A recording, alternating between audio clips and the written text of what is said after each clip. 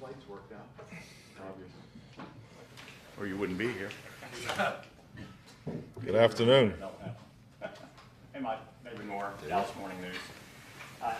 Talked to you about this last night, but can you talk a little bit more about the pass rush you got last night and just a number of different people that were able to contribute and what that does to an offense? I mean, really, you felt it right away. Statistically, it's the best one I know personally I've ever been a part of. I mean, I think the numbers show that, our defensive pass rush, as far as pass attempts, 75% of the attempts were under pressure. So that's a huge win in that area. And That's the top you've ever had? it's the highest one I've ever been a part of, yes. So, and I thought it was obviously a big part of setting the tempo, and you can see this building really the last 3 years, and definitely felt it all through training camp. So I thought our guys played with tremendous confidence and set the tempo early in the game. Piggybacking on it, Clarence Hill for Star Telegram, Osa. I mean, it seemed like he had his best game. Definitely, just like anything, you go into games with matchups and emphasis and so forth, and he delivered with an outstanding performance. Yeah, the inside pass rush. I mean, really all the way through. I think everybody graded out very high. So, but yes, Osa had a really nice game. Mike Tollard with ESPN. The first drive of the second half, how pleased were you with that? The way you guys came out and handled the business. Yeah, I mean, it's when you go back to decisions that you make in the coin toss. I mean, that's what you're looking for. You always want to try to get one going in and one coming out. I mean, that's you look at what that situation gives you as far as win percentage. That was part of the reason going for the 2 minute before the half was trying to get one to going in and coming out. And so, but yeah, I felt at halftime, based off what went on in the first half, it was important for us to come out and jump on them and get that first score. So I was very pleased with that drive. John. John Michelle, The Athletic. When you look back at how the offense performed yesterday, you calling plays and all that, was there any area that stood out that you really liked, that you thought went really well, or something that? Yeah, a number of things. I thought the adjustment to go to the rain plan because we watched the rain all week. Had an opportunity to do the wet ball drills, and I think like anything as a coach, you always did I do enough of it? So maybe should have did more of it because we did it 2 days instead of all 3 of the work days. But the adjustment to the rain plan, I thought our players handled it seamlessly. There's a number of packages we canceled out. One got canceled out in the second quarter, then a number of things at halftime. So I think anytime you get into the, we always talk about, boundary discipline, communication, the network, and that was really our first opportunity, as a staff and as with our starters this year. So I was really impressed with the communication between the coaches and players throughout the game, making the adjustments. And I thought Dak and the guys that handled the ball for the most part, we did an excellent job. To come out of that game with 0 gives, I played in a lot of bad weather games. Very, very impressed with our players were able to get done.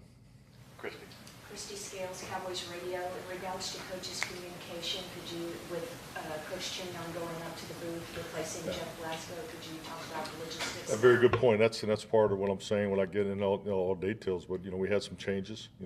Evan Harrington did a really nice job in his role, and so we had guys doing some different things. We were hopeful. The pregame, we were teased a little bit. You thought, hey, maybe this is going to work out. We're going to have a nice night to play. But then, obviously, when we came back outside, it just wasn't the case. So I thought that the adjustment to the rain plan, with all the coaches and some of the different roles, I thought our guys did a really good job. I want to follow up on coaching. In regards to preparing for the Jets, how is the game plan or scheduling with the coaches? Is it different this week where not only the overnight flight, but the Jets Monday night game, and you haven't seen them yet? Well, I think the scheduling gods, they balanced it out and having them play on Monday night. So, but getting back at 4:15 is, or maybe a little earlier, but yeah, I mean, this is just we knew the schedule. We've had time to plan, so we've had a chance to do some prep work, particularly for their defense because they, same coordinator, but obviously the offense has a new coordinator, new quarterback. So, we'll all be watching tonight. Cal. Calvin Watkins, Dallas Cowboys. I got 2 for you. How long do you think Jeff will be out? It's a personal health matter. I have no specifics. Offensive line, after watching the tape, just your thoughts on how they played last night?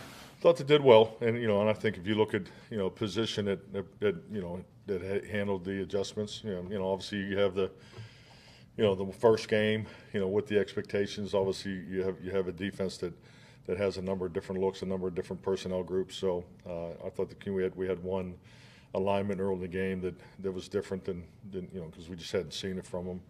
Obviously with the addition of Simmons, so the adjustment to that was a good adjustment on the sideline. But yeah, no, I thought our offensive line did a nice job. Mike. Michael Gelkin, Dallas Morning News. Stephon has impressed since he's been here, but with that debut last night, what caught your eye most about just the way that he went out there and produced? I mean, he's so consistent. I mean, he plays at this level. I mean, just the way he's dialed into the matchups and so forth. And just his nose for the ball. Even Trayvon too. With the two cause turnovers. So yeah, I thought he played very well. How much better do you feel generally you're at corner from when you're at Lambeau last year and AD goes down, you're without Jordan Lewis? It just seems like you guys have come a real long way since then. Well, in my experience, and I think maybe, with the rule changes, the way the NFL, the game is in space more, it just seems like, your secondary players are under stress more. And I'm talking about, so injuries do happen, in my experience, to secondary players. So, obviously depth is very, very important. Gentlemen, Javad, WFAA. Like some of the players have expressed wanting this defense to not just be the best in the NFL this season, but to be one of the best all time. Where do you think the ceiling is for this group, and where they might be able to rank among some of the all-time greats? Well, I think the biggest thing is, can only talk about what we're experiencing internally. I think all those comparables are great, and I think you guys do a great job of investing time and energy into that, and they have to answer the questions too. And but those conversations are more for at the end of the journey, in my opinion. But this has been building. I mean, you've seen this defense has been building for 3 years. And now not only with the production that we're having, but man, I'm really excited about the depth of our young guys. I mean, I think our young guys really stepped up, and it's fun to watch these guys get out there in week one and contribute. So not only do we have a chance to be a great defense, but I think the depth is where it needs to be too. So, and as you know, we're going to need it. It's a long year. We've won one game. We're excited, but I'm not. I think you know me well enough. I'm not going to stand up here and talk about the greatest of anything right now. We're 1-0. Jess. Jessica Barnes, Coach, can you talk about, you're speaking about young guys, the young tight end room and how impressed you were with their blocking last night? Yeah, I think, this big emphasis on commanding the C gap, was a focal point for us, from the tight end position. I thought Peyton had some really nice, second level blocks. So they definitely have taken to the challenge. So it was off to a good start, and frankly, they're going to, they're hard on themselves. That group's very motivated. I love the connection that they have. They're probably the first to talk to you about the balls that they get away, but they played with the right attitude, and and we need to build off that. I mean, it's a young group that has a lot of growth in front of them. So real excited about the tight end room. Stop. Side is the Athletic. Mike, 2 for you. You talked about the depth. A lot of guys want to make big plays and all that stuff. How important is it to have guys who know how to just do their job in their role and then make the plays when they're asked to do it, in those situations? I mean, it's so important because we talk about big play opportunities. Big plays in the NFL, and we treat it as a fundamental of NFL football, because you cannot be successful in this league without generating big plays. I think we were plus 21, by our metrics of big plays in the game. That's the highest number that I've personally ever been a part of. So, and that goes with the mindset of that. You can't chase big plays. You got to play with discipline, confidence within the scheme, because those big plays will be there. Because there's on average, around 35 big plays a game that are available. History will tell you that. So I think our guys do a really good job of that. So because when you when you lack confidence, when you try to, jump out of the scheme and try to, make plays at the expense of others, yeah, you may hit some, but you're going to give up probably more than you hit. And I think the discipline in the big play opportunity category, I thought we did a really nice job last night. A weird question on the penalties. How do you grade penalties? Are there good penalties and bad penalties that are committed, and how do you kind of look at the differences in them? Well, yeah, I break them down into 3 categories. Always have, and I think the biggest thing is pre-snap penalties and post-snap. You have to break those out because pre-snap penalties, there's no excuse for that. I mean, those are decisions and disciplines that we're a lot of reps, a lot of time, a lot of energy. So the pre-snap penalties are the ones that are clearly negatives. But we have a category of competitive penalties, and those are the gray area situations. And I think it's hypocritical as a coach to stand up here and demand a play style from your players, but penalize them for what goes down in the gray area. Because perfect example is JK's penalty there early in the game because there's a new rule emphasis about runners on the boundary, on the sideline. If there's a baiting component to it, they're going to play more to the collision of the defender versus protecting the runner. So and that's something that's because that's a gray area situation, and Daniel is a running quarterback. So these are conscious decisions that we make going into the game. Is what are we going to do in the gray area? Well, you want to be aggressive always. So JK's being aggressive now. Obviously, there's head contact, so that falls in the other thing. So that's what I'm talking about. So that would be a competitive penalty when your players are excelling in the gray, as opposed to being technical and trying not to get a penalty. Clarence. I know you've seen Tony Pollard in practice. Mm-hmm. But just to see him out there and really show that there's no limitations, he ran with confidence and fluidity last night. Yeah, I agree with you. I thought he looked like Tony. I mean, Tony, so you could see it coming in the last 2 weeks. He's been really cranking it in the finishing of his runs, and and I thought he picked up kind of where he left off. Yeah, I was impressed with the way Tony ran. Did the rain plan change your how you approach the running game? I mean, I don't know if it wouldn't rain. Yeah, a little bit. Yeah, I mean, some of the, yeah, definitely. I mean, we had a rain plan, and like I said, it's, you're playing going into the game. When you get into bad weather, I think the common outlook is it shrinks. It did for us, and I thought the guys did a nice job with the adjustments. Mike, with Dante Fowler, I think he had 6 pressures according to Next Gen stats. How important is he to what you all do? I mean, he's a guy who is per snap. Yeah. Best in the league last year, right, Todd? Yeah, sure. So I'm just trying to help you out here, but yeah, he's just kind of picked up where he left off. And that's something that we had a chance to talk about, and his opportunity to come back here and make sure he's given some more opportunities because he's been so impactful. But like I said, he led the league last year and he got off to a great start. Then with Aubrey coming back after the missed PAT, what do you? Yeah, that's why I didn't score the touchdown there because I wanted to make sure give him a field goal. So yeah, no, but I just to be honest with you, it's a good experience because you have sudden change, and frankly he just rushed the extra point. He was set up ready to go before even the line was set. So an experience that he may have never had before. So that's what we kind of chalked it up to. And I was excited to get him another opportunity, as quickly as possible. So I'm glad it worked out that way. David. Like a couple of quick follows on some things you mentioned earlier on the rain plan or an inclement weather plan, whatever the conditions are.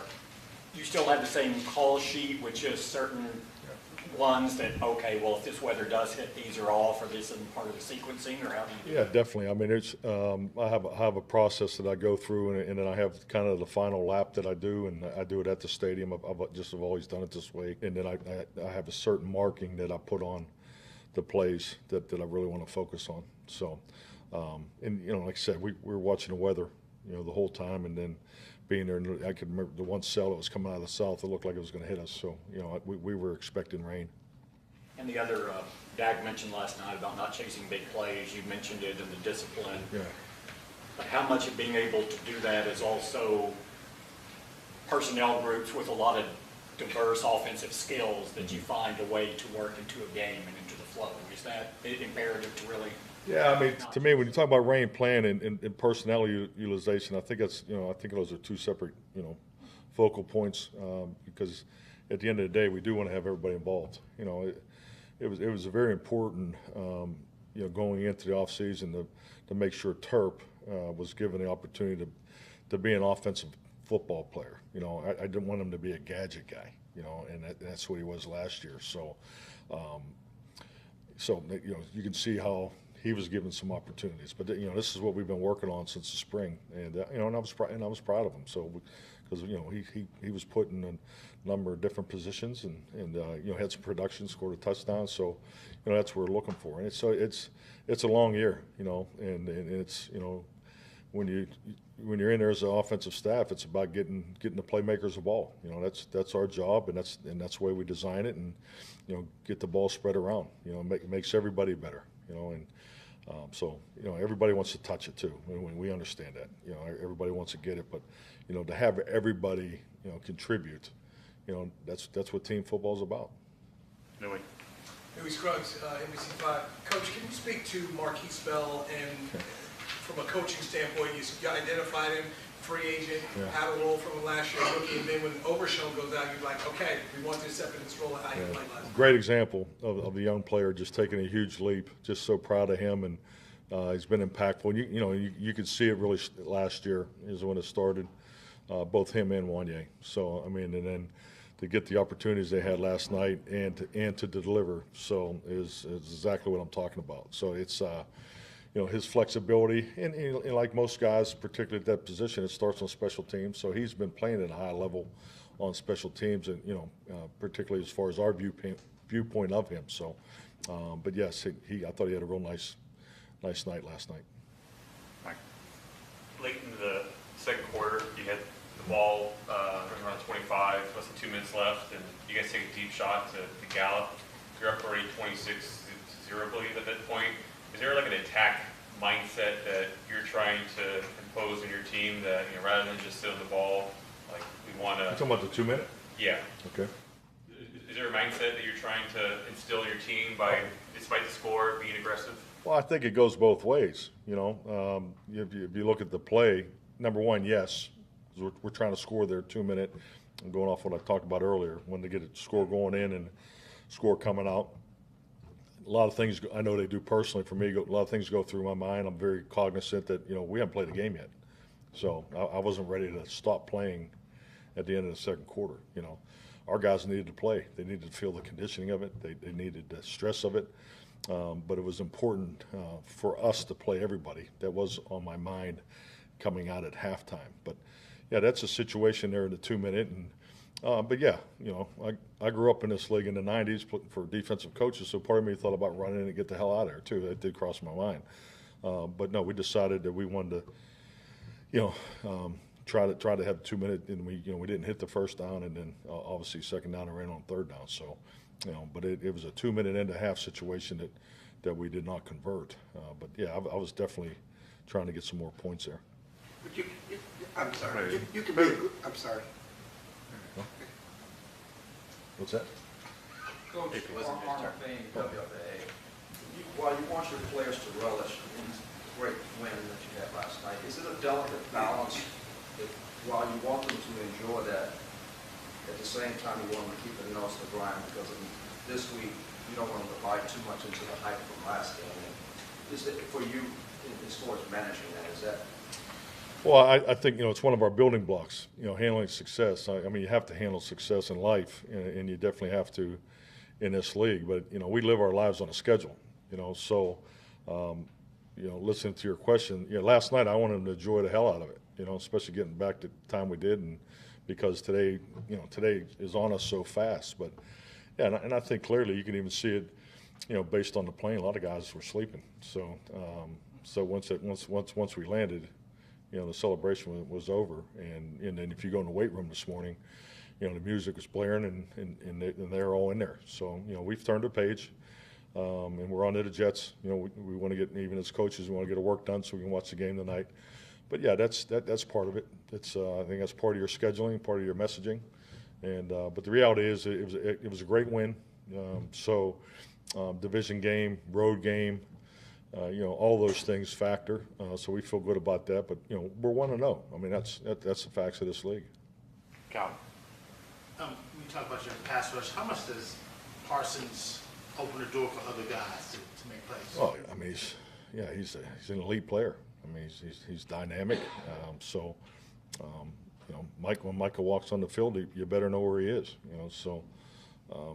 It's been like that, pretty much, let's say coming out of his first year, and you can see it last year. So yeah, he definitely creates opportunities, and that's why it's important for us to keep moving him around and try to, give him matchups and make them play, schematically. So yeah, he's a huge factor. Ivory Taylor, NBC5. This will be the second time you're playing against Aaron Rodgers. Mm-hmm. Does it feel different, less stressful having gone through it, last year, or how are you feeling about, Less stressful? No, I'm excited about it. I mean, personally, I'm excited for Aaron's this chapter in his life, and he knows that. It's cool to see him, to take this step, but the reality of it is no different than last year. Last year was an NFC game that we needed.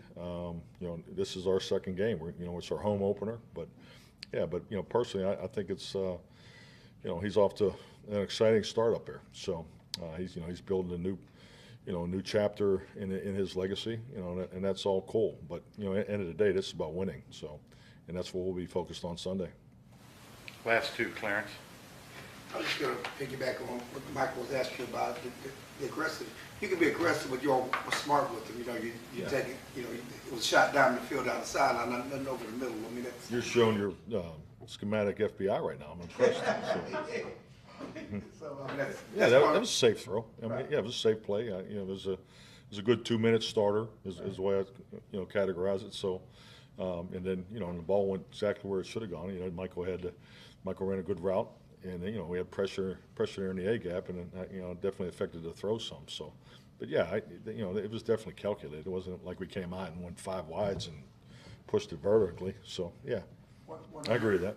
One other thing, you grew up in Kansas City, Christian Okoye. You ever think you'd be using a 155-pound guy, hand the ball off to him at the goal line, just a straight handoff? Well, I don't want to correct you because it's not be rude of me, but I didn't work with Christian Okoye. He was there before I got there, but Marcus Allen was the group I was with. So yeah, no doubt. No, yeah, shoot. The AFC West running a football, man, that's what it was all about. So that great defense. But yes, I think it's like anything. It's creating opportunities, for your playmakers to touch the ball, and he's a playmaker. Now, I'm not going to be running them all day because Jerry asked me, so we're going to run power Terp, and I said, well, technically it was an outside zone. So I just and to hear Terp's explanation on sideline was pretty funny. He was like, damn, that gap closed up quick. And when it closed up, I was a little worried for him too. So, but yeah, I think it's just got to find different ways, and we'll continue to do that. So. Michael. When Marquise and Wanya got here together as undrafted rookies, Yeah. how early did you have a sense that they had the potential of developing the way that it has? Oh, shoot, that preseason, yeah, definitely. I mean, I can remember, you worry about those guys, as far as when we got down to the 53, Wanya, because Wanya was really, the rankings, Wanya was the top special teams player, but the defensive rankings were flipped. So yeah, we knew right away that we had some special young guys, and it's just like anything, you're trying to keep everybody, and that's why I just give those guys so much credit, and because they have taken that second-year jump now. I mean, it's their time. With Marquise, there's a couple plays where it'd be hard to believe that he was new to linebacker, like the third down stop on Daniel Jones. Yeah. Are you guys surprised that it's translated? Well, he's played some there in the sub. I mean, being in a box is not new to him, but that's his game. I mean, he's a striker. I mean, he's so yeah, he plays with great instincts, and but yeah, we're fortunate to have both those guys, especially where we got them too, because they don't play like free agents. I would say, not to be, but I think it's like anything. That's their starting line, and I think I've continue to say it, just real proud of those guys because they have put in the extra work. They've done the extra little things, the young guy meetings, all that stuff. So it's always nice to see those guys have success. Thank you, Mike. Thank you. Thank you.